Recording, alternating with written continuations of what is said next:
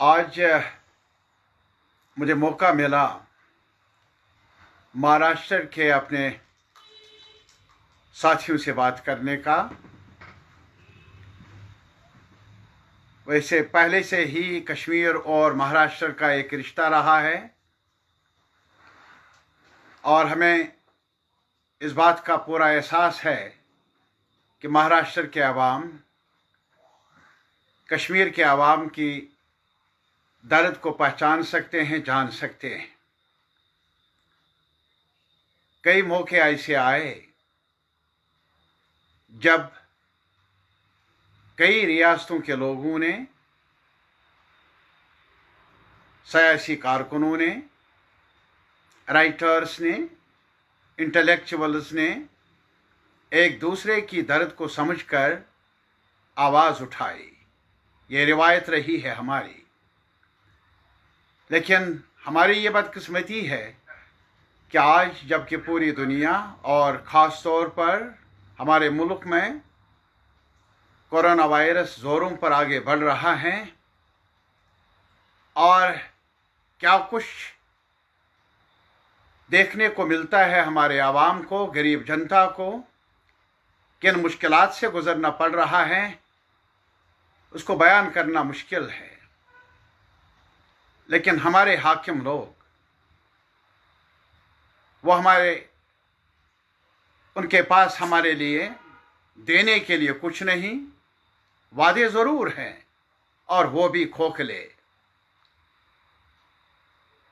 कई बातें हैं जो मैं चाहता हूं आपके साथ करूं, लेकिन आपने मुझे बताया है, अपने साथियों ने, कि मैं अपनी बात को मरकूज़ करूं कश्मीर पर, कश्मीर के मसाइल पर, कश्मीर की एक सूरत हाल, नाजुक सूरत हाल पर। लेकिन इसके साथ ही हम जुड़े हैं उस सूरत हाल के साथ जो पूरे मुल्क को दरपेश है, जिसका सामना हर सतह पर, हर जगह पर हमारे आवाम को करना पड़ रहा है। पैंडेमिक की सूरत हाल में भी पार्लियामेंट सेशन चल रहा है, लेकिन ये जिक्र नहीं कितने लोग मर गए। हमारे माइग्रेंट लेबर, ये डाटा अवेलेबल नहीं है सरकार के पास।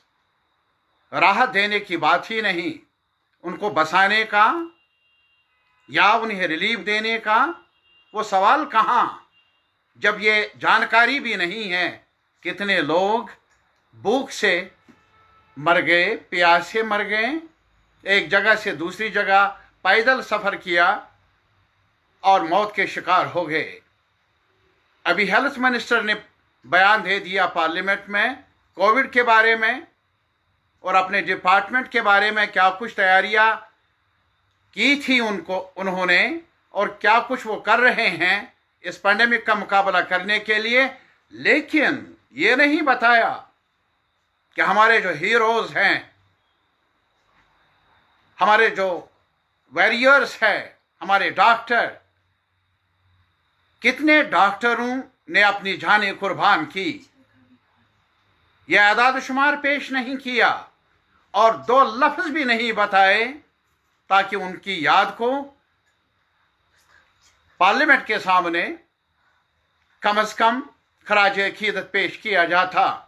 ऐसा नहीं। मैं इसीलिए ये आपसे गुजारिश करना चाहता हूं, ये सिर्फ हम नहीं जिनके साथ धोखा किया गया, जिन्हें परेशान किया गया, बल्कि जहां आज नज़र हमारी पड़ती है, जहां भी जायज़ा लिया जाता है किसान, उनके मसाइल का सवाल हो। अभी पार्लियामेंट में देख लीजिए, एहतजाज किया हमारे अंजुमनों ने, किसानों ने आज सड़कों पर आए हैं ये कहने के लिए कि हमारी मांगों को पूरा किया जाए, हमारी जो फसल है, हमारी जो कमाई है, उसका मुआवजा हमें मिलना चाहिए। लेकिन सरकार है, पहले ऑर्डिनेंस, अब बिल, किनके हवाले करना है? किसानों की मांग को पूरा करना नहीं, बल्कि पूरे एग्रीकल्चर को हवाला करना है कॉरपोरेट को, जो उनके अपने हैं, जिनके साथ यारी दोस्ती है। और लेकिन किसानों का, कंज्यूमर्स का उनका ख्याल नहीं। बहरहाल क्या कहे, वायरस का मुकाबला करने के लिए है कुछ नहीं। लॉकडाउन ऐलान किया गया, लेकिन टाइम नहीं मिला 4 दिन का, 1 हफ्ते का, ताकि मजदूर एक जगह से दूसरी जगह जाए, ताकि हम इसका मुकाबला करने के लिए कुछ सोचे। ऐसा नहीं। और फिर ये कहा गया कि थाली बजाओ, मोमबत्ती जलाओ, क्या कुछ नहीं कहा गया दिल बहलाने के लिए। और आज हाल ये है, आज तो पता नहीं किसके हवाले किया गया। और आज हमारा नंबर मुल्क की सतह पर क्या, हर सतह पर, बल्कि दुनिया की सतह पर अगर हमारी बरतरी कहीं है तो वायरस में है।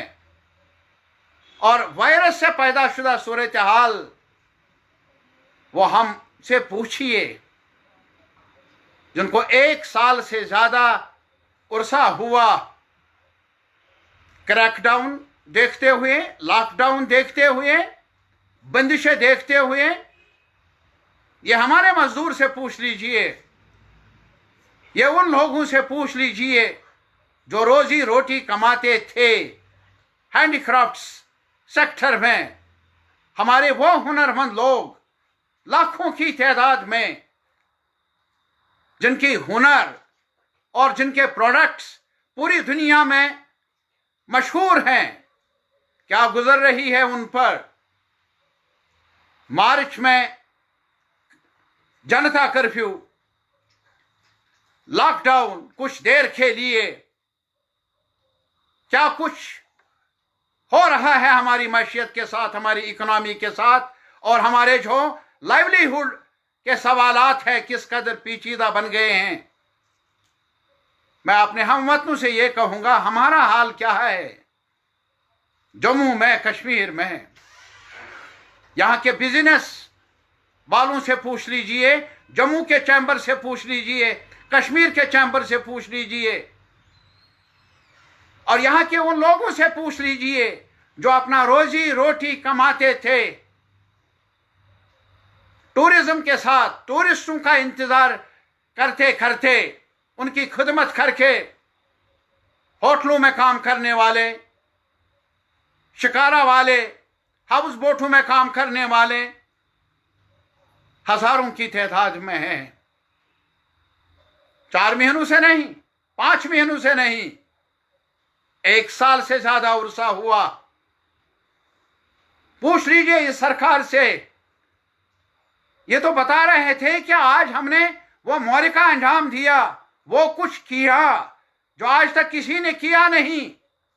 क्या किया, क्या वादा किया गया, क्या कहा गया देश को? क्या हमने जम्मू कश्मीर को पहली बार इंटीग्रेट किया इंडिया के साथ, जैसे कि आज तक जम्मू कश्मीर किसी दूसरे मुल्क के कब्जे में रहा, ऐसा तासुर दिया पूरे देश को। और यह भी कहा गया कि हमने ऐसा फैसला किया था कि टेररिज्म को खत्म किया जाए। आज पूछ लीजिए, जब से आपने इख्तिदार संभाला 2014 से, दिल्ली से लेकर जम्मू कश्मीर तक, उससे पहले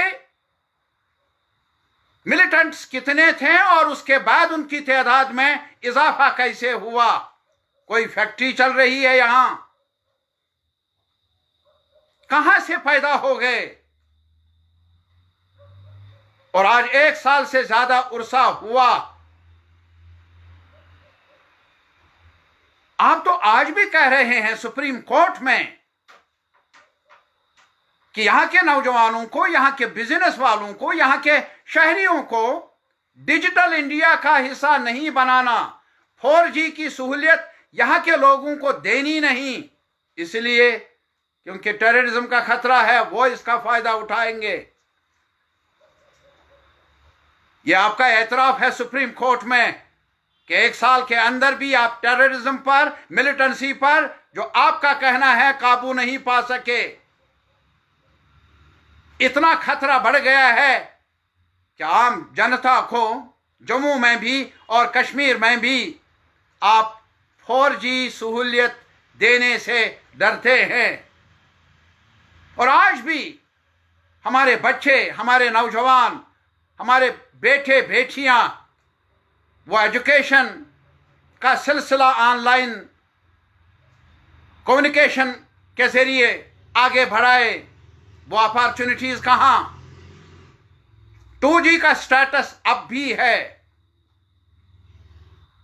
कहां पहुंचा दिया हमारे अवाम को, जम्मू को, कश्मीर को, लद्दाख को। मेरा एक सवाल है, आपने ये कहा था कि हम जम्मू कश्मीर में डेवलपमेंट को आगे बढ़ाएंगे। हमें इस एक साल में ये बताइए कि आपने कितने लोगों को रोजगार दिया। मैं कश्मीर की ही बात नहीं करता हूं, मैं जम्मू की बात करता हूं, मैं लद्दाख की बात करता हूं जिसको आपने अलग किया। कितने रोजगार के अपॉर्चुनिटीज आपने यहां पैदा किए, देश को बताइए।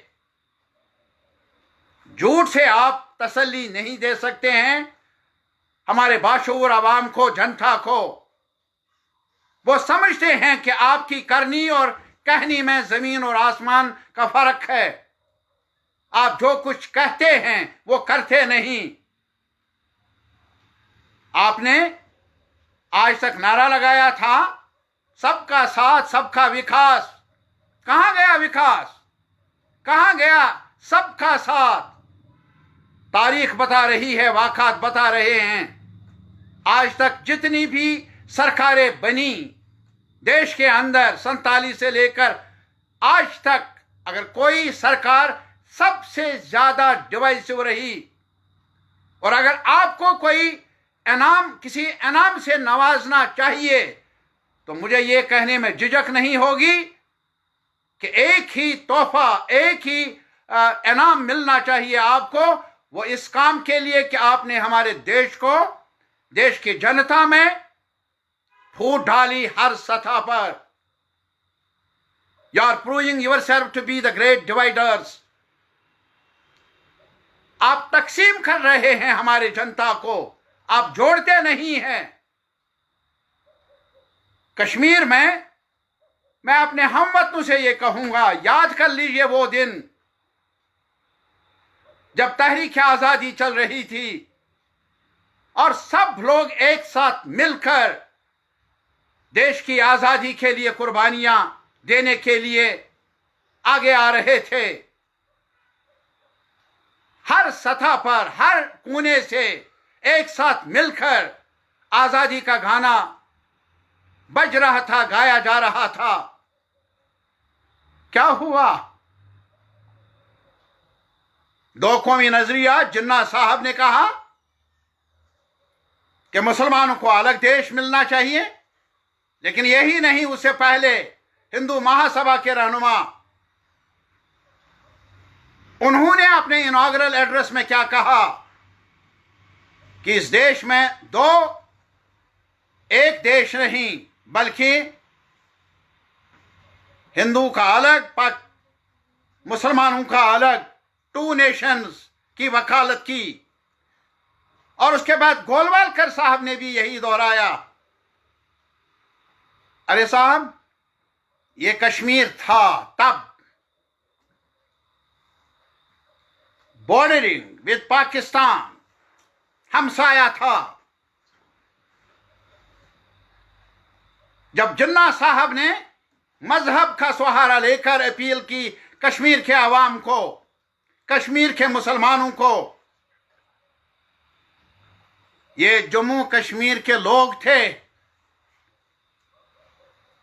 यहां के मुसलमान थे, यहां के बाकी अकीदों के लोग थे, जिन्होंने एक साथ मिलकर कहा कि मजहब की बुनियाद पर कौमें खड़ी नहीं हो सकती, नेशंस को बिल्ड नहीं किया जा सकता। हमारा रिश्ता है, क्विट इंडिया मूवमेंट में जो नारा लगा एक साथ रहने का जो एक दिशा मुकर्रर की गई, और जो दिशा यहां मुकर्रर हुई जब क्विट कश्मीर मूवमेंट को आगे बढ़ाया गया, ये रिश्ता सोच का रिश्ता है, ये रिश्ता जज्बात का रिश्ता है, ये रिश्ता इंसानों के दरमियान एक साथ मिलकर गुजर बसर करने का रिश्ता है। मजहब और अकीदा हमारे बीच रुकावट नहीं बन सकता, हमारे बीच रिश्तों को कायम करने में एक ऑब्स्टेकल खड़ा नहीं कर सकता। ये इरादा किसने किया, ये नारा कहां से लगा? कश्मीर से लगा। याद कीजिए वो दिन। मैं अपने हम वतनों से ये कहना चाहूंगा, मैं फरियाद करूंगा आपकी अदालत में, जनता की अदालत में, महाराष्ट्र के आवाम की अदालत में, कि वो हमारी दर्द को सुने। जो हमारा चेहरा बिगाड़ा जा रहा है आज, धर्म के नाम पर, मजहब के नाम पर, कौम परस्ती के जुनून के नाम पर। हम बुरे नहीं मेरे भाई, हमने तब रिश्ता जोड़ा आपके साथ। हमने कहा धर्म अलग अलग, कोई मंदिर जाए, कोई मस्जिद जाए, कोई गुरुद्वारा जाए, कोई और कहीं जाए या ना जाए, लेकिन जिंदगी का सफर एक साथ तय करने का अहद है हमारा।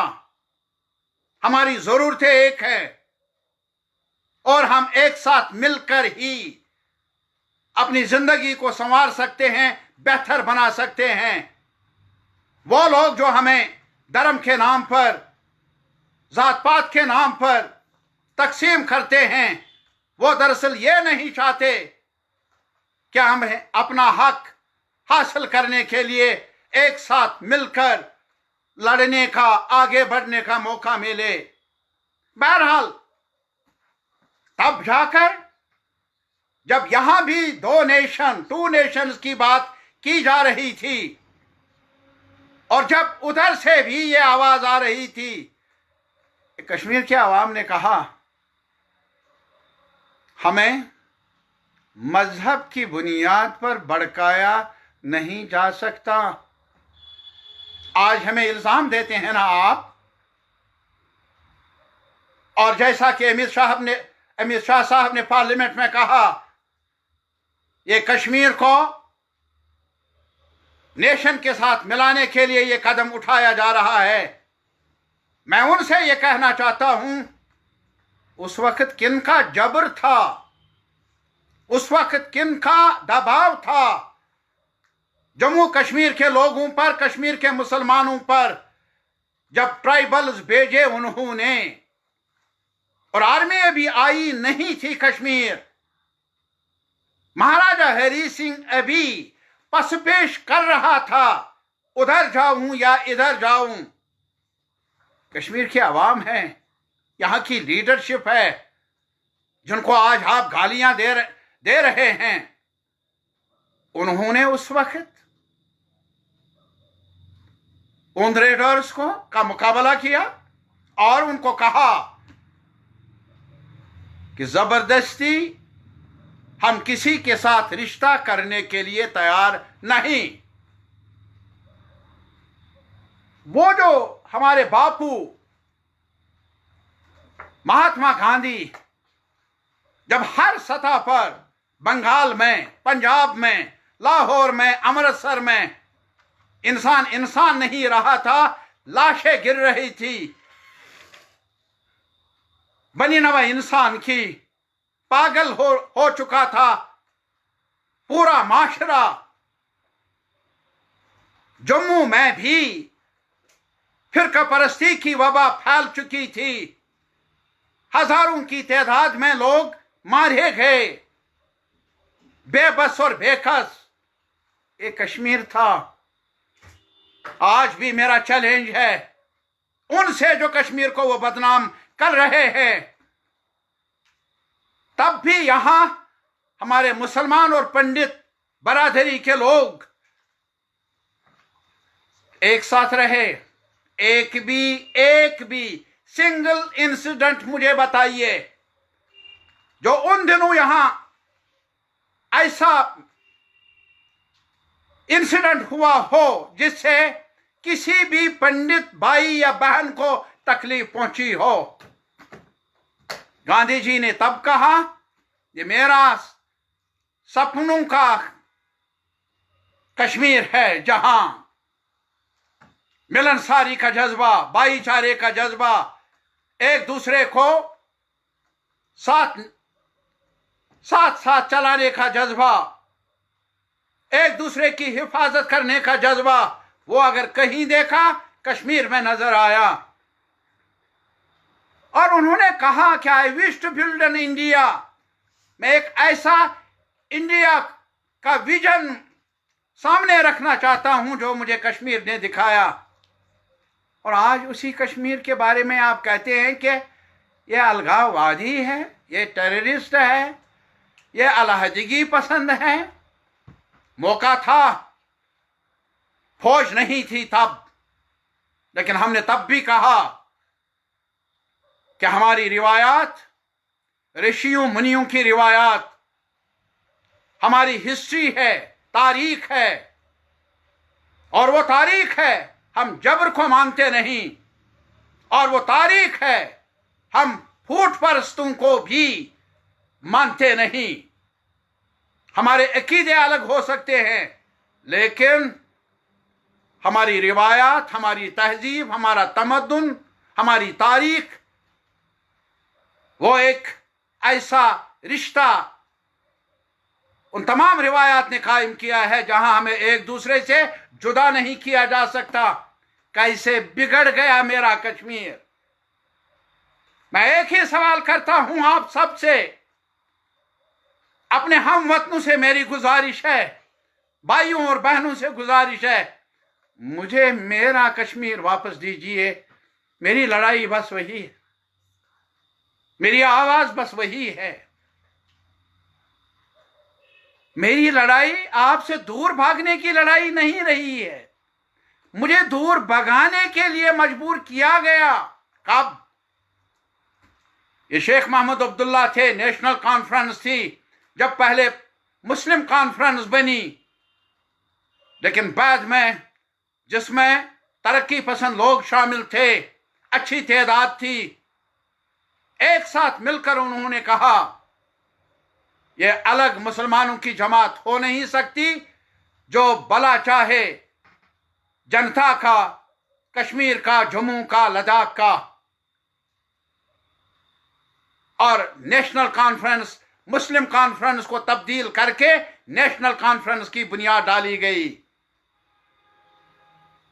और नेशनल कॉन्फ्रेंस ने ही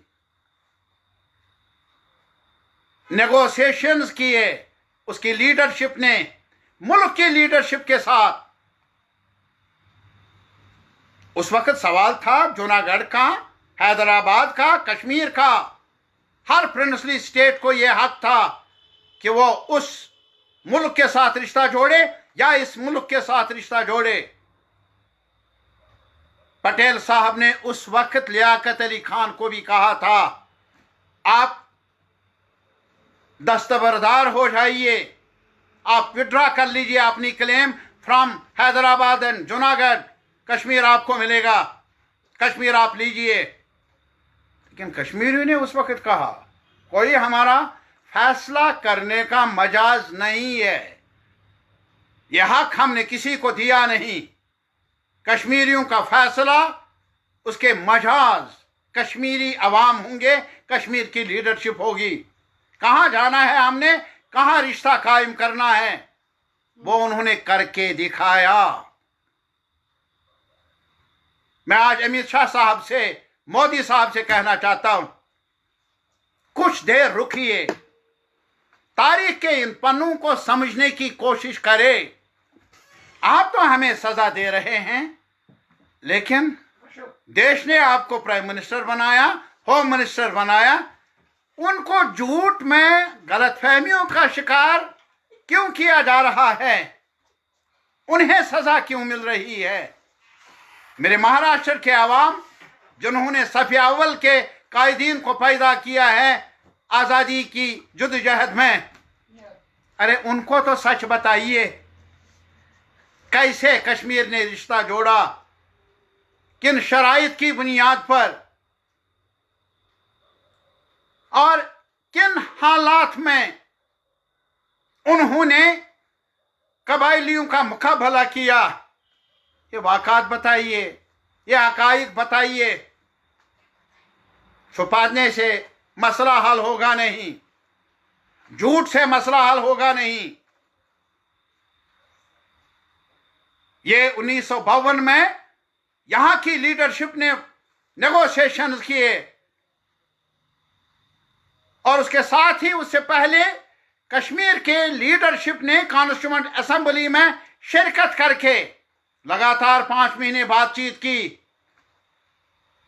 कि हम मजहब की बुनियाद पर नहीं, उसूलों की बुनियाद पर, और हमें प्रोटेक्शन चाहिए, हम हमारी शनाख्त की, हमारी प्रोटेक्शन चाहिए, हमारी आइडेंटिटी की, हमारे हुकूक की कॉन्स्टिट्यूशनल गारंटीज चाहिए। ऐसा हुआ।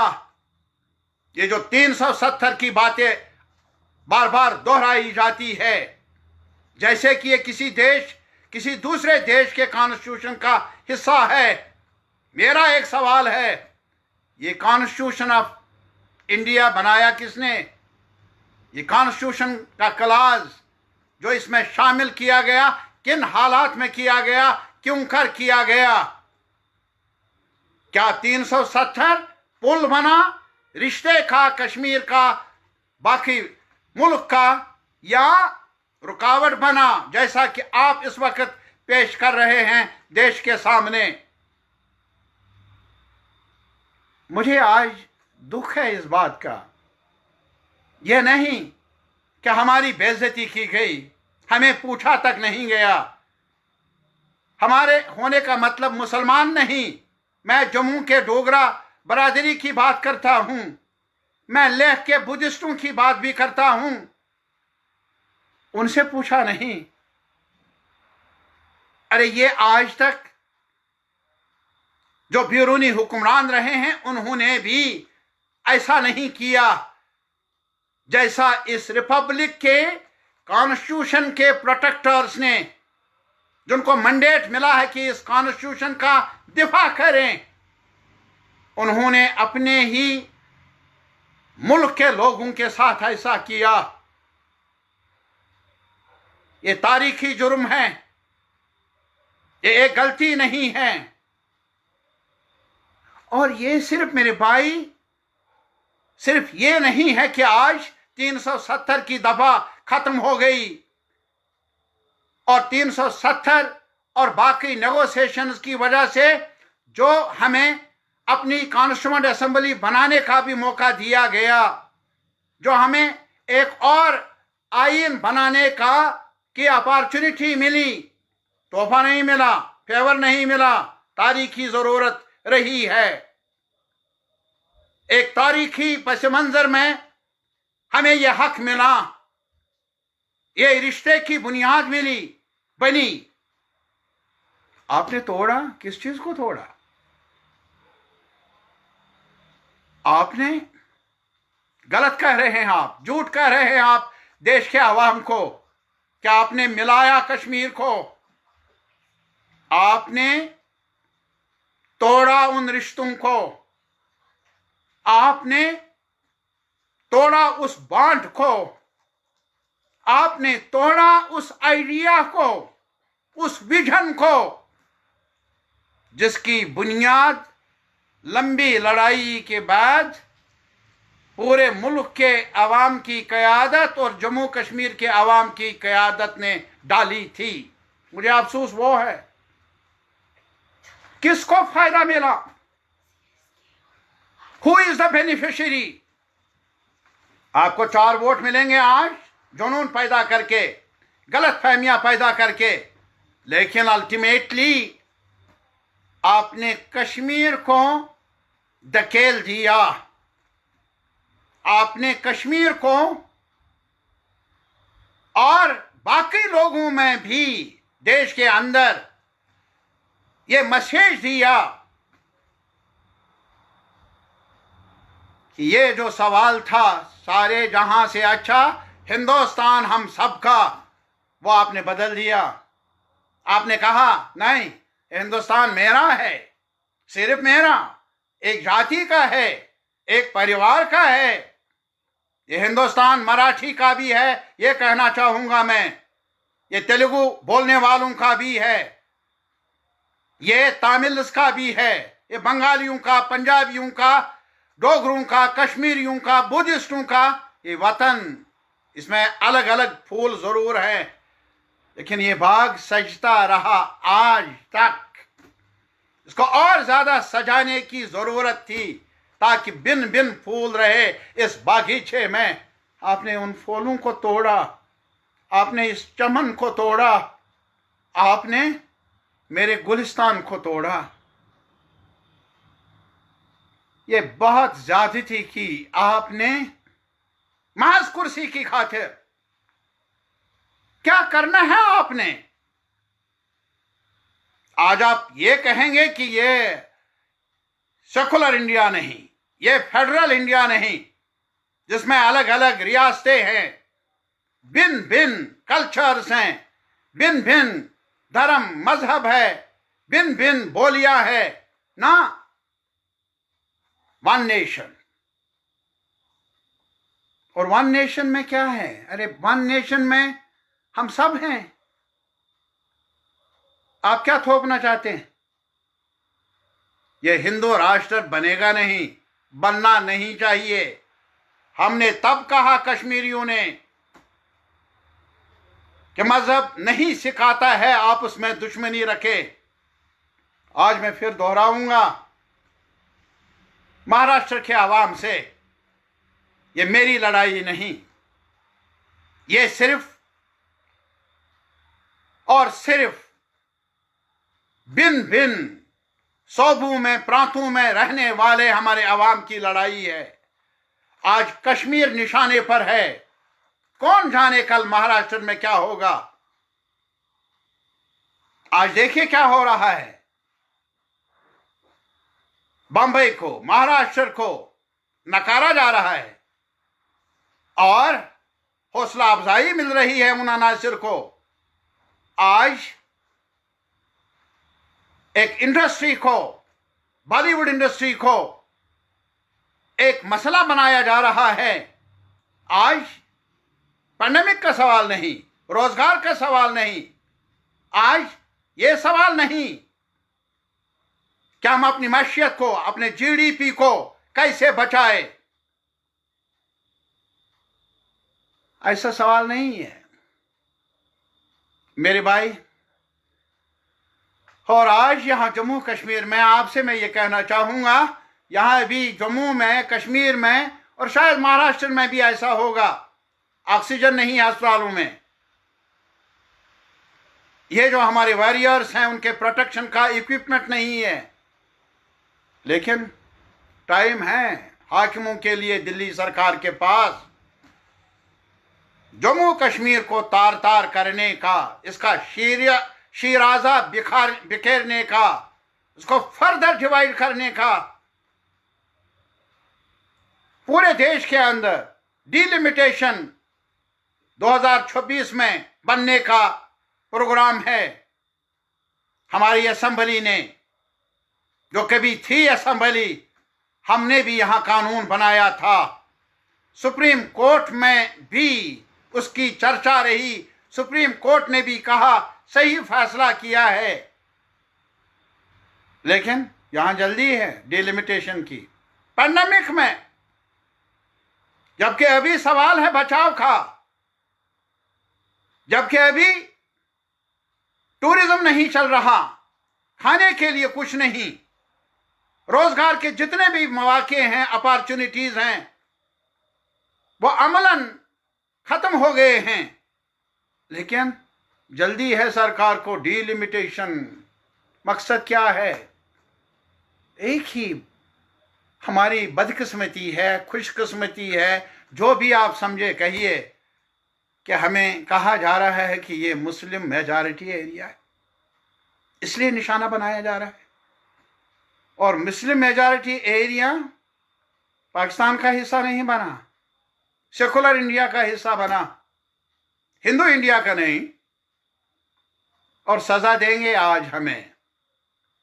और आज ये कोशिश कर रहे हैं कि हमारा चेहरा बदल दिया जाए। आज ये कोशिश की जा रही है हमारी डेमोग्राफी को तब्दील किया जाए, और वो भी मनमाने ढंग से, और वो भी पैंडेमिक की सिचुएशन में। ये सरकार है। और आज डोमिसाइल कानून बनाया जा रहा है।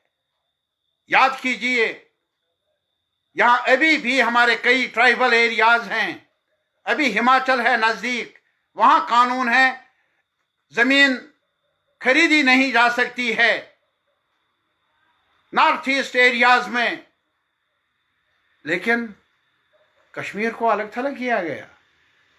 यहां महाराजा हरि सिंह के वक्त, डोगरा रूल के वक्त कानून बना, जब पंडितों ने एजिटेशन की कि बाहर से कोई यहां नौकरी ना करे, हमारी मुलाजमत का हिस्सेदार ना बने, यहां हमारी जमीन है, जायदाद है, कोई दूसरा ना आए खरीदने के लिए। ये तो तब की बात है मेरे भाई। और ये मुसलमान ने नहीं, क्योंकि वो काश्तकार था, टेनेंट था, उसके पास पढ़ाई भी कम थी। ये तब जाकर एजिटेशन लड़ी पंडित भाइयों ने, जिसको मंजूर किया महाराजा हरि सिंह ने। नोटिफिकेशन जारी करके 1987 में, 1900 उसको अपग्रेड किया गया 1932 में। और बाद में कॉन्स्टिट्यूएंट असेंबली ने जब रिश्ते की बुनियाद डाली और ये हक दिया गया, उसको कॉन्स्टिट्यूशनल शेप दी गई 35A की शक्ल में। 35A है क्या? ये 35A वही है जिसकी बुनियाद डाली महाराजा हरि सिंह ने नोटिफिकेशन के जरिए। इसको कॉन्स्टिट्यूशनल शेप मिली, हमारी पार्लियामेंट में दी। तब पार्लियामेंट थी जब इसको शक्ल मिली, और आज पार्लियामेंट के नाम पर ही इसका हुलिया बिगाड़ दिया गया। सुप्रीम कोर्ट का बार बार जिक्र किया जाता है। सुप्रीम कोर्ट के अंदर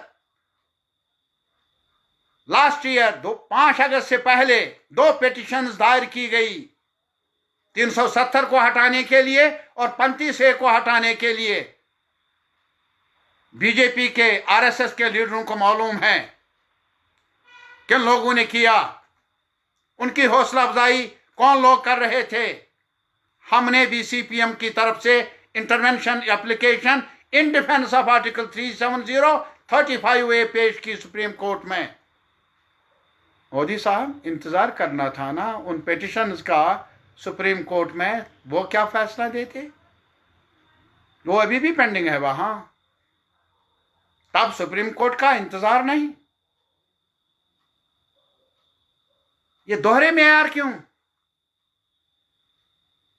और आज भी ऐसा ही है कि पैंडेमिक सिचुएशन में भी आपने डोमिसाइल कानून बदल दिया। क्या आज कोई बाहर से आ सकता है जिसने 15 साल की सर्टिफिकेट मिले यहां रहने की, वो शहरी बन सकता है, जमीन खरीद सकता है, नौकरी के लिए दरखास्त दे सकता है। पहले नौकरी है कहां मोदी साहब? अरे साहब, रिकॉर्ड तो बताओ। पैंडेमिक छोड़ दीजिए, इससे पहले वाला रिकॉर्ड बताइए। आपने तारीख में नाम कमाया है। 35 साल की तारीख में सबसे ज्यादा जो चोट पहुंचाई है आपने, वो लाइवलीहुड पर पहुंचाई है, रोजगार पर पहुंचाई है। और जम्मू कश्मीर में कहां?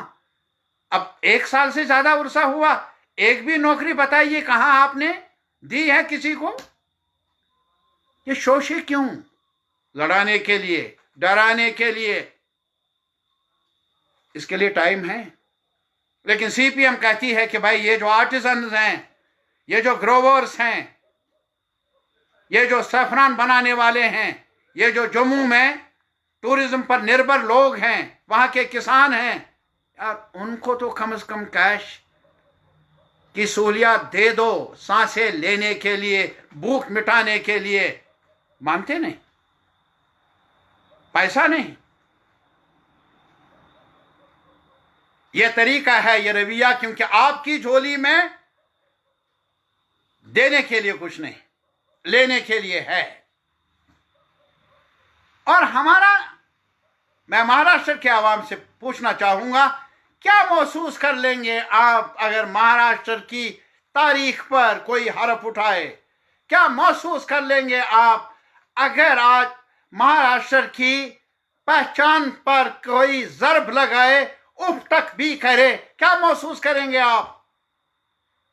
समझ लीजिए हमारी दर्द को। लंबी तारीख है हमारी कश्मीर की, हजारों साल की, सैकड़ों साल की हिस्ट्री है जम्मू कश्मीर लद्दाख की एक साथ रहने की। पूछा हमें, जब हमें स्टेट से लेकर नीचे लाकर यूनियन टेरिटरी का दर्जा दिलवाया,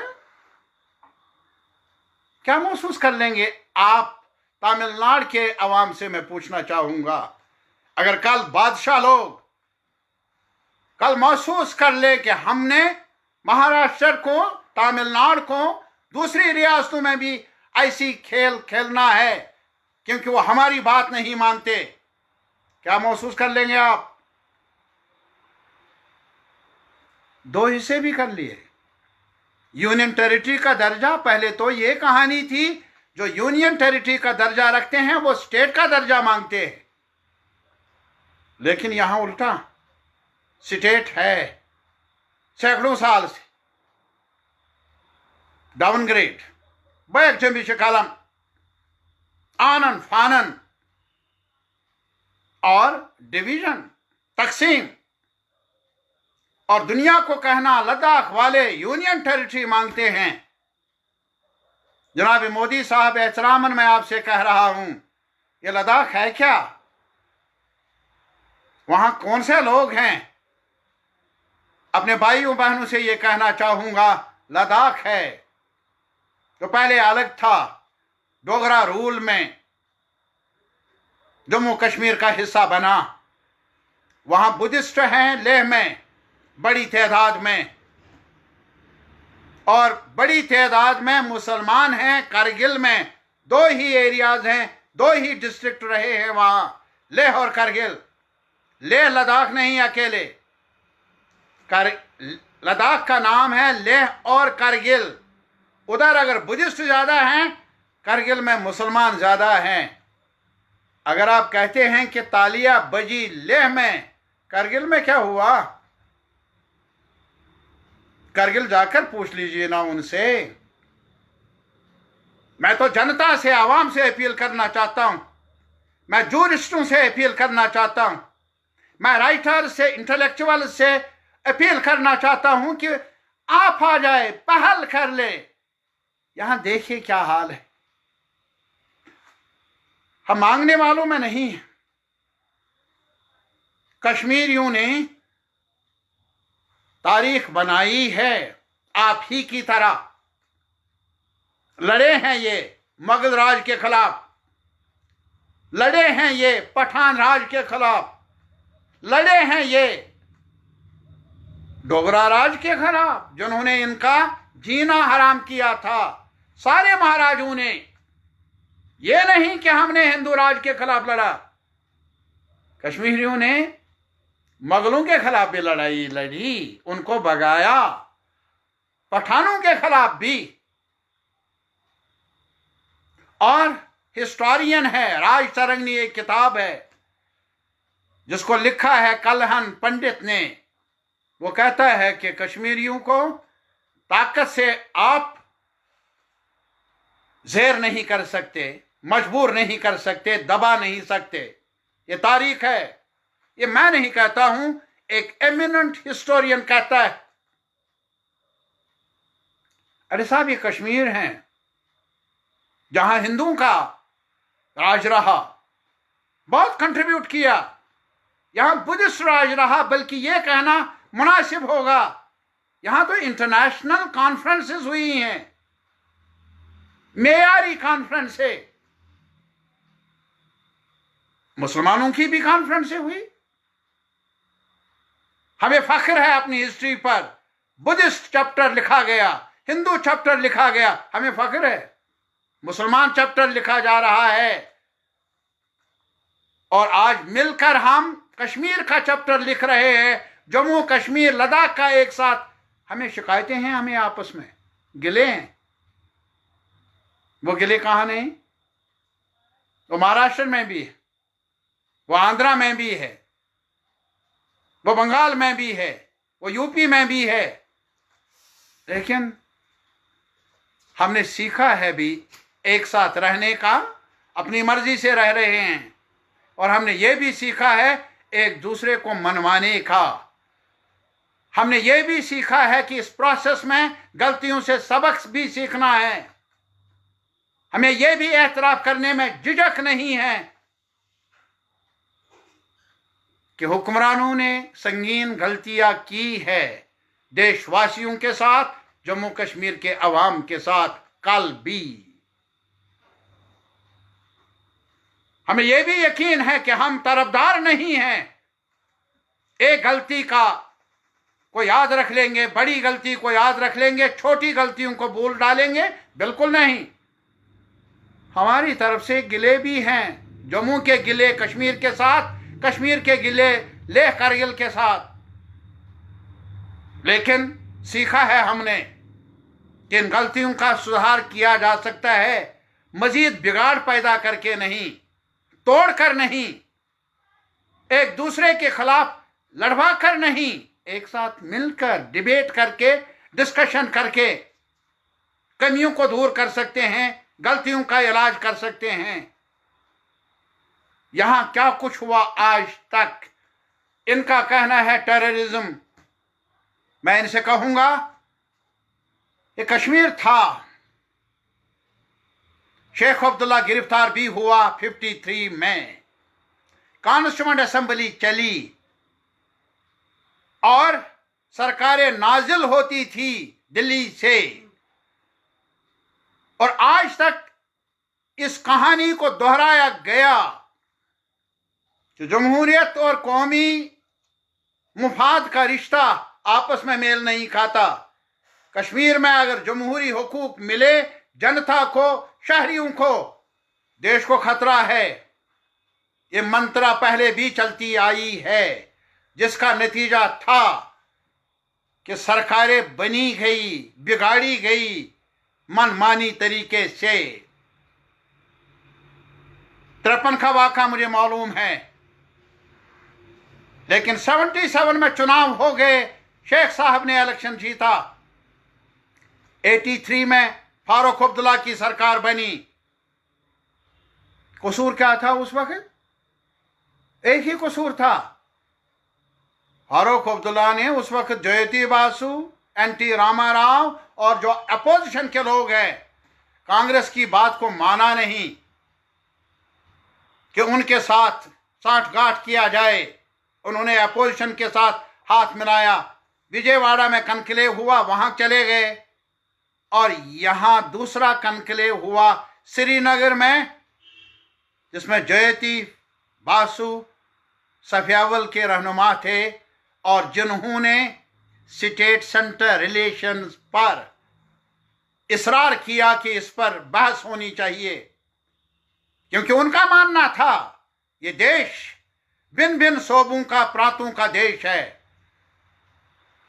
इसको और ज्यादा मजबूत अगर करना है तो शोबों को, इस फेडरल ढांचे को मजबूत करना है, रियासतों को ज्यादा हुकूक देने हैं। यहां वो डॉक्यूमेंट अडॉप्ट हुआ, बर्दाश्त नहीं हुआ, हाकिमों को सजा मिली, डिफेक्शन ऑर्गेनाइज किया, जगमोहन साहब के जरिए यहां एज गवर्नर भेजा गया, और 87 में एक साथ मिलकर इलेक्शन लड़ा। मैंने खुद अपनी आंखों से देखा, वो इलेक्शन नहीं था, जोर जबरदस्ती थी।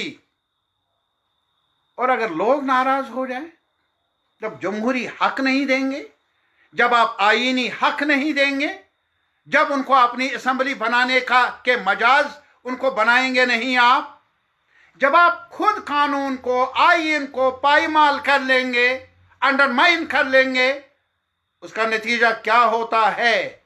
कश्मीर से सीखिए। वो कश्मीरी जिन्होंने अपने पंडित भाइयों को गले में लाया और पंडित भाइयों ने मुसलमानों को गले लगाया, 90 में वारदातें हुई, इंतहा पसंदी फैल गई, जिसका नतीजा है नफरत की दीवारें खड़ी की गई। शायद मैं पहला शख्स था पॉलिटिकल वर्कर जिसको 89 में निशाना बनाया गया, घर छोड़कर भागना पड़ा जम्मू, और हमारे पंडित बरादरी और बाकी सियासी समाजी कारकुन मुख्तलिफ जमातों के, उनको भी घर छोड़ना पड़ा 19 के इनिशियल पीरियड में। अरे ये दर्दनाक कहानी है। अरे बंटवारा मत कर लो ट्रेजिडीज को लेकर। कश्मीरी पंडित को घर छोड़ना पड़ा अपनी रजामंदी से नहीं। ये दर्दनाक कहानी है, मैं जानता हूं ये। अरे साहब, कितने लोगों की लाशें पड़ी, मुसलमान की भी पड़ी, हिंदुओं की भी पड़ी। कश्मीर, मेरा कश्मीर, जो अमन का एक गहवारा रहा है, भाईचारे का गहवारा रहा है, प्रोवोकेशंस में भी, नाजुक सूरत हाल में भी सब्र से काम लिया, भाईचारे का झंडा थामा। वो कश्मीर, वहां वायलेंस के साइकिल्स, और कश्मीर के अवाम, मुसलमान हो, पंडित हो, सिख भाई हूं, डोगरे हूं, वो निशाना बने, कब्रिस्तान सज गए। तभी तो हम कह रहे हैं बाबा, इस दर्द को समझ लो। आप मिलिटेंसी को चाहते हैं कि ना रहे, आप चाहते हैं कि मुल्क भी बचे टेररिज्म से। कश्मीर में जो आग लगी है बेचैनी की, और उस आग को भी ठंडा किया जा सकता था पानी से, सियासी बसीरत से, बातचीत से, गुत्थियों को सुलझाने से, मसाइल का हल बातचीत के जरिए ढूंढने से। क्या किया आपने 5 अगस्त? आपने इस आग में पेट्रोल डाला। मैं और क्या कहूं? मैं आपकी अदालत में यह मुकदमा डालना चाहता हूं, आप फैसला कर लीजिए, क्या कभी आग बुझी है पेट्रोल से या आग फैली है? रोकिए इन हाथों को जो तानाशाही निजाम कायम करना चाहते हैं, कॉन्स्टिट्यूशन को पायमाल करके। रोकिए इन हाथों को जो आज सिटीजनशिप के नाम पर लोगों को लड़ाना चाहते हैं, और फिर जब लोग प्रोटेस्ट करें, ये नारा लगाए, भाई ये देश हमारा है और ये विधान, ये कॉन्स्टिट्यूशन हमारा है, आप दंगे करवाएं, आपके मिनिस्टर नफरत की तकरीरें करें, आपकी पुलिस तमाशाई बने, और फिर गिरफ्तार भी कर लें, केस भी रजिस्टर कर लें। उनको जो चाहते थे कि इस आग को बुझाना है, हमारी पार्टी के जनरल सेक्रेटरी सीताराम याचूरी, कई इकोनॉमिस्ट, कई राइटर्स, उनका नाम भी। मैं एक ही चीज कहूंगा, क्या कहूं, मेरे पास अल्फाज नहीं है, लेकिन यह है कि शर्म तुमको मगर नहीं आती। लेकिन मैं महाराष्ट्र के आवाम से मुखातिब हूं। आपने तो बड़ी लड़ाइयां देखी हैं, लड़ी है। हमने वेटरन्स को देखा है महाराष्ट्र, मैंने उनकी सोहबत में सीखा है। कॉमरेड बीटी रंदेवे, आज भी उनकी तालीम को मैं भूला नहीं। कई और लीडर रहे, आपसे मेरी गुजारिश है, आइन को बचाने की जदोजहद सांझी है। वो कागज का टुकड़ा नहीं, वो लंबी जदोजहद जिसमें शहीद लोग शामिल हैं, जिसमें वो लोग शामिल हैं जिन्होंने अपनी जिंदगियों को जेलों में कुर्बान किया, तब जाकर ये कागज बना जिसे हम कॉन्स्टिट्यूशन कहते हैं। इस कॉन्स्टिट्यूशन ने हमें एक साथ मिलकर, कहीं नहीं लिखा है कि तुम क्या हो, हिंदू हो, मुसलमान हो, सिख हो, ईसाई हो, मशरिकी हो, मगरिबी हो, जनूबी हो, शुमाली हो। वहां तो लिखा है we the citizens of India. हमने भी यही चेहरा देखा था तब जब हमें वर्गलाया गया था। हमने कहा था हम वहां जाएंगे जहां वी द पीपल होंगे, वहां अलग मजहब होंगे, अलग अकीदे होंगे, मस्जिद की अजान होगी, मंदिर की घंटी होगी, गुरुद्वारे का अपना एक तरीका होगा, क्रिश्चियनों का अपना तरीका होगा, लेकिन एक साथ मिलकर रहने का वचन भी होगा। ये वचन उस पर आंच आ रही है। इस वचन को तोड़ा जा रहा है जनता की तरफ से नहीं, उनकी तरफ से जिनके हाथों में मुल्क की तकदीर को दिया है हमने, जनता ने।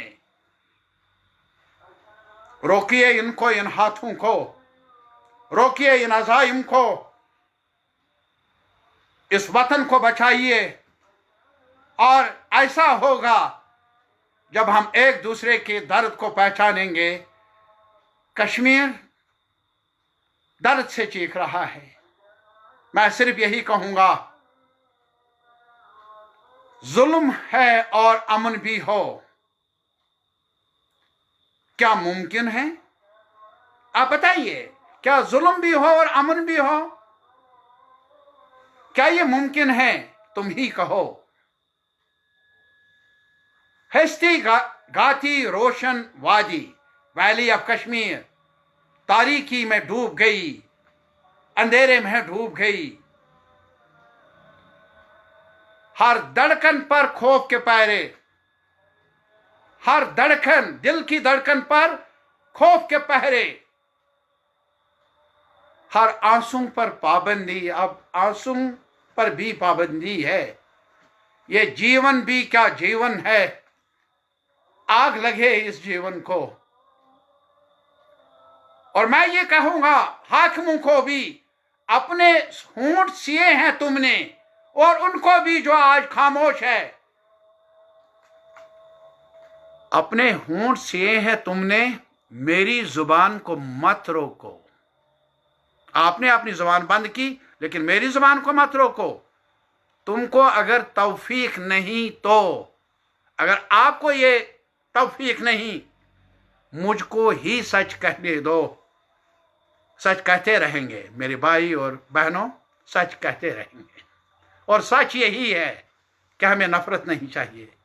सच यही है कि जनता ही फैसला करने वाली सबसे बड़ी तारीखी कुव्वत है।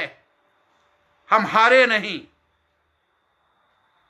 और हम हारेंगे नहीं, आगे बढ़ेंगे एक साथ मिलकर।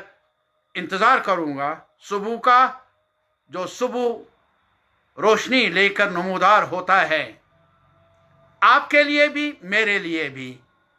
और ये रिश्ता आपका और मेरा, ये तो सदियों से बना है, दिलों का रिश्ता है, जिंदगियों के बुनियादों का रिश्ता है, एस्पिरेशंस का रिश्ता है। इन रिश्तों को झूठ से, दबाव से तोड़ा नहीं जा सकता। बहुत बहुत शुक्रिया। Thank you.